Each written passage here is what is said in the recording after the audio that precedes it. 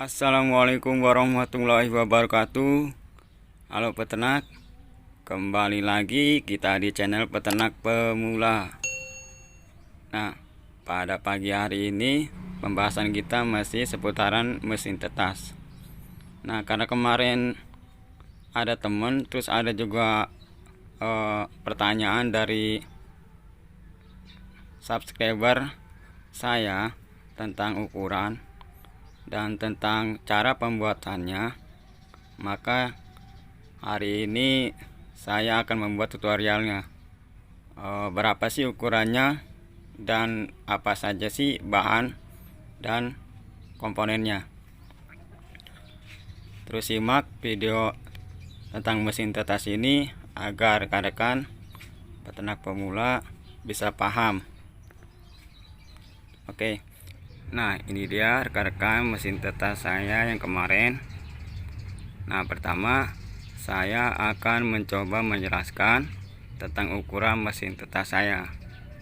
Ukuran mesin tetas saya ini panjangnya adalah 1 meter dan lebar ke belakang itu 60 cm. Terus ini tinggi boxnya itu 40 cm. Itu nanti dibagi dua ya, nanti saya jelaskan.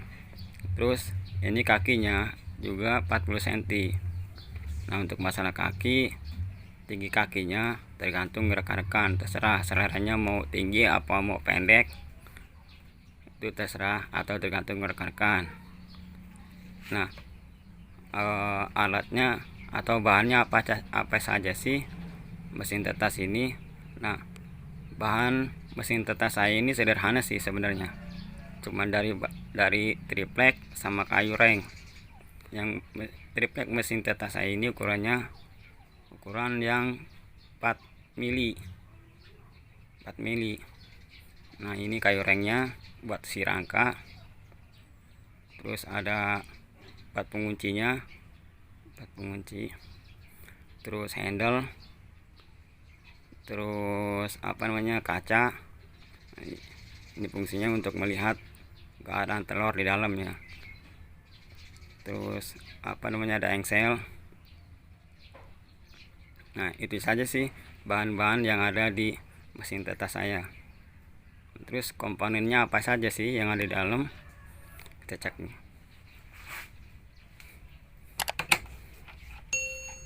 Nah, ini dia kan. Di sini ada hygrometer, terus ada nampan, ada kawat ram buat rak telurnya. Nah, terus ada termostat kapsul, dudukan lampu, kabel. Nah, ini tinggi boxnya 40 cm. 40 cm ini dibagi dua sama buat si rak. Nah, ini buat si jalan atau tempat air si nampan ini.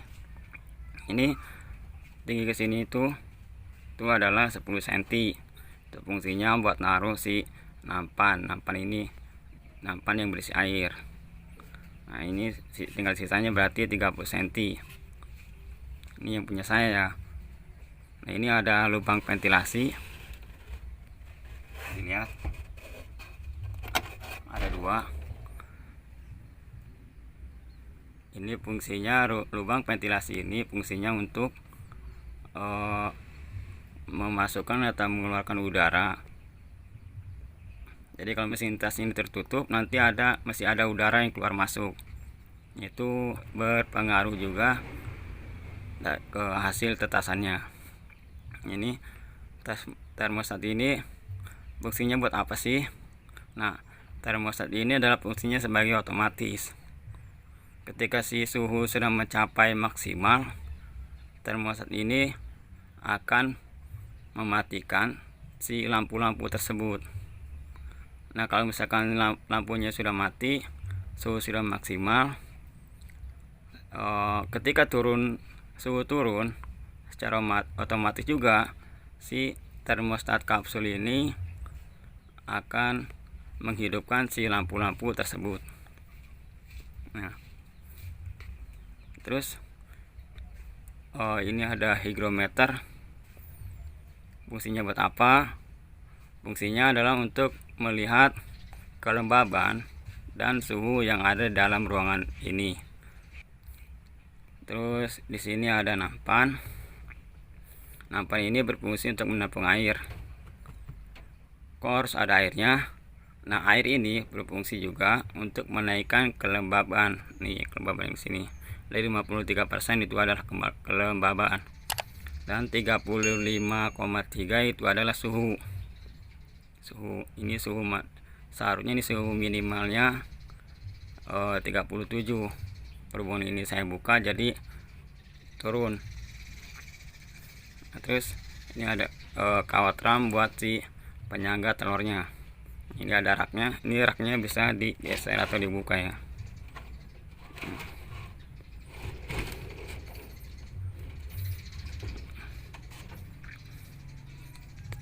Nah, terus kalau di sini ada kain.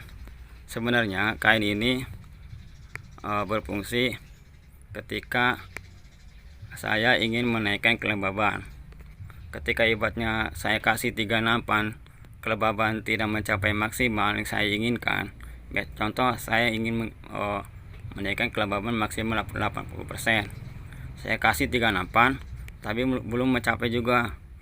Nah, saya pakai kain ini, nanti saya semprot pakai air. Nah, pakai sprayer ini, sprayer, saya semprot si bagian kainnya biar kelembaban naik. Nah, kok harus dinaikkan sih sampai 80%?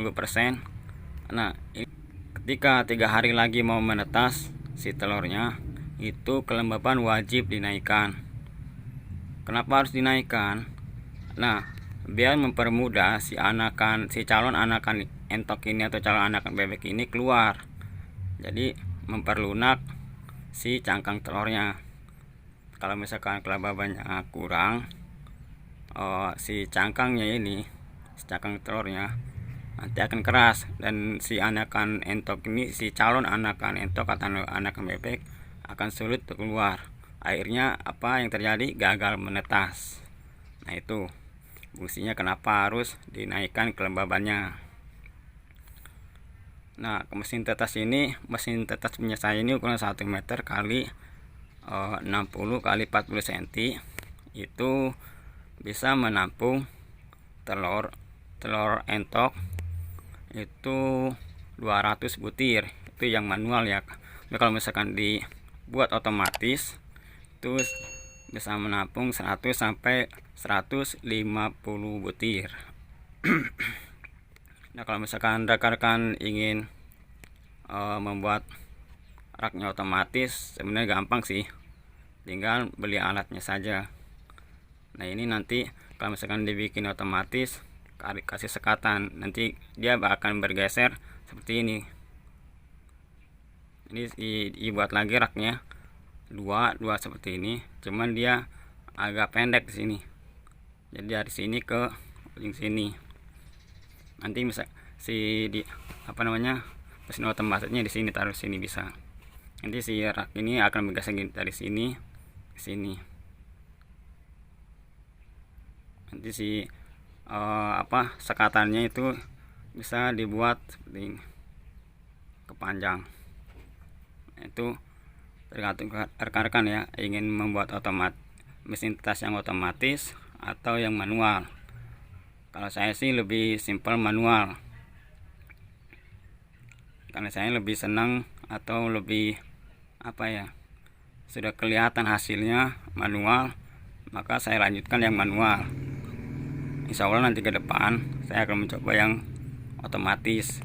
Ini penggerak pembalik telurnya. Nah, bagi rekan-rekan yang ingin memulai membuat mesin tetas, saya sarankan jangan pakai triplek yang 4 mili yang tipis seperti yang punya saya. Nah, kalau yang 4 mili dia harus pakai rangka kayu seperti ini.